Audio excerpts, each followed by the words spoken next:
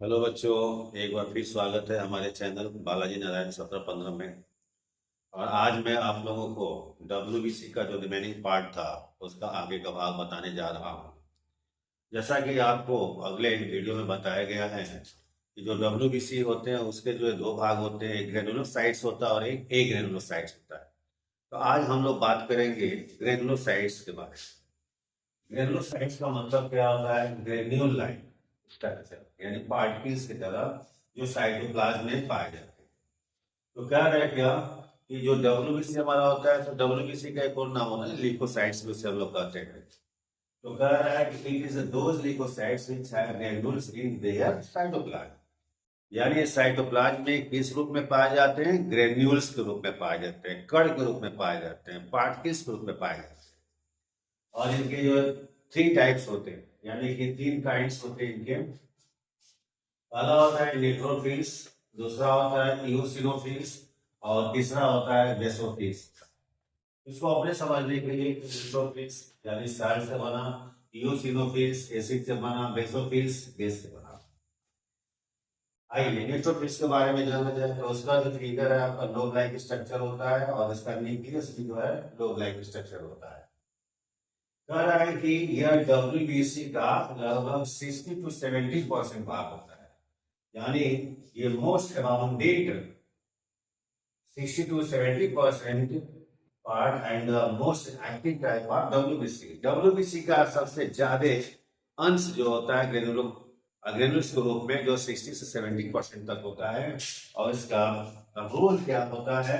तो इसका रोल बहुत ही इंपॉर्टेंट होता है भाई, फैगोसाइटोसिस का होता है, बच लेने का होता है।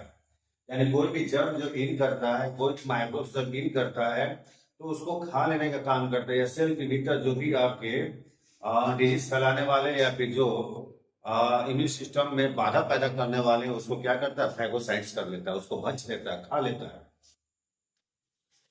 इसका अर्थ है कि आपकी life of a neutrophils leukocyte is only about 15 hours. इसका लाइफ स्पान कितना होता है? लगभग 15 घंटे का होता है।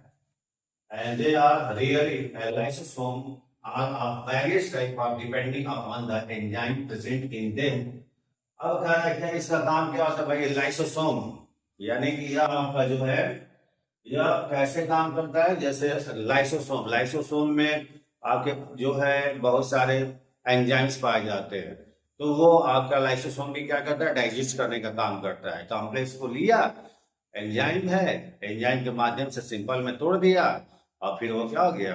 आपका ब्रेक कर गया। यानी कि कॉम्प्लेक्स जो एक बड़े फॉर्म में था उसको सिंपल फॉर्म में छोटे छोटे भागों में तोड़ दिया। सेम कंडीशन इनकी भी है। और ये क्या करते हैं? अपने एंजाइम पर डिपेंड करते हैं और फिर कोई भी आपका जो कॉम्प्लेक्स कंपाउंड होता है इनके जो है कैपेसिटी के अंदर आता है, उसको क्या करते हैं? सिंपल फॉर्म में कन्वर्ट कर देते हैं due to enzymes. And its main work is a phagocytosis. यार phagocytosis इसे मैक्रोफेजेस भी कहा जाता है, क्योंकि बड़े बड़े पार्टिकल्स को क्या करते हैं? तोड़ने का काम करते हैं। आइए दूसरा इओसिनोफिल्स। इओसिनोफिल्स, इओसिन का मतलब ही होता है आपका acid dine.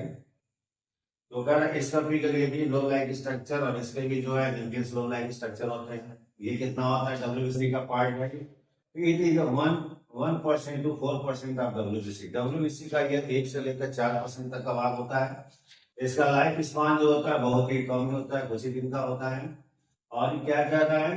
The granules are large and stain brightly with the acid dye eosin and process digestive enzyme. ये जो ग्रेन्यूल्स होते हैं वो थोड़ा सा लंबे होते हैं और इनका जो स्टेनिंग यानी कलर होता है वो ब्राइटली यानी चमक होता है एसिड के कारण। और इसके अंदर भी क्या होता है? डाइजेस्टिव एंजाइम्स होते हैं। जो एंजाइम्स क्या करता है भाई? डाइजेस्ट करने का ही काम कर रहा है, यहाँ पर ब्रेक करने का ही काम कर रहा है। It is mainly concern with the immune response and their allergy disorder. ये सबसे ज्यादा मुख्यतः किससे संबंधित होता है? इसका सबसे प्रमुख काम होता है हमारे इम्यून सिस्टम में जो प्रतिक्रिया देता है, तो किसका? Allergy disorder. जो एलर्जी डिसऑर्डर है उसको कमांड करने का काम करता है, यानी कि इनके ही कमी से एलर्जी हो जाती है। तीसरा है आपका बेसोफिल्स।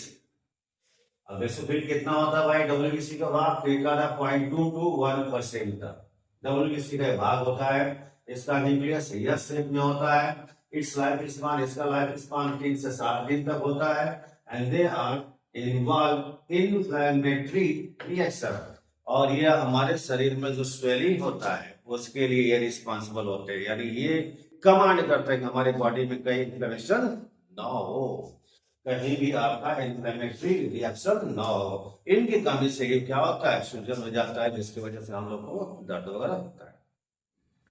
अब ये था हम लोग का WBC का एक भाग का काइंड्स, यानी कि जब साइटोप्लाज्म में WBC ग्रेन्युलोसाइट्स में रहता है, ग्रेन्युल फॉर्म में रहता है, तो उसके 3 काइंड्स होते हैं और तीनों का काम क्या होता है, यानी न्यूट्रोफिल्स फैगोसाइटोसिस का काम करता है, और ये सबसे पहले फाइट यही करता है, यानी थोड़ा आप कह सकते हो प्राइमरी रिस्पांस किसी भी माइक्रोब से या किसी भी बीमारी से हमारे बॉडी को बचाने का सबसे पहला काम न्यूट्रोफिल्स का होता है, और उसके बाद से ये बाकी दोनों की उसकी मदद हो।